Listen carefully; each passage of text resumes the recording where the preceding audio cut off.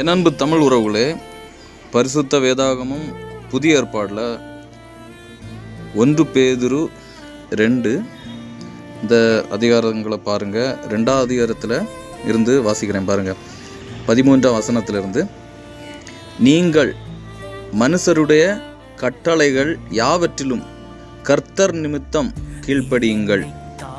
மேலான அதிகாரமுள்ள ராஜாவுக்கானாலும் சரி, தீமை செய்கிறவர்களுக்கு ஆக்கினையும் நன்மை செய்கிறவர்களுக்கு புகழ்ச்சியும் உண்டாகும்படி அவனால் அனுப்பப்பட்ட அதிகாரிகளுக்கானாலும் சரி கீழ்ப்படியுங்கள். நீங்கள் நன்மை செய்கிறதினாலே புத்தீன மனுஷருடைய அறியாமையை அடக்குவது தேவனுடைய சித்தமாயிருக்கிறது.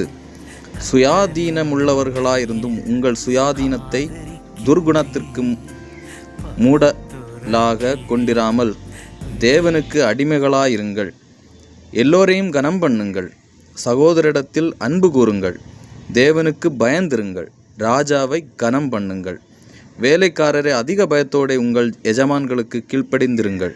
நல்லவர்களுக்கும் சாந்த குணமுள்ளவர்களுக்கும் மாத்திரமல்ல, முரட்டு குணமுள்ளவர்களுக்கும் கீழ்ப்படிந்திருங்கள்.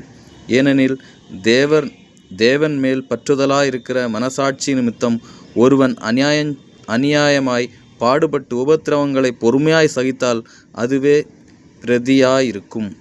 நீங்கள் குற்றம் செய்து அடிக்கப்படும்போது பொறுமையோடு சகித்தால் அதனால் என்ன கீர்த்தி உண்டு?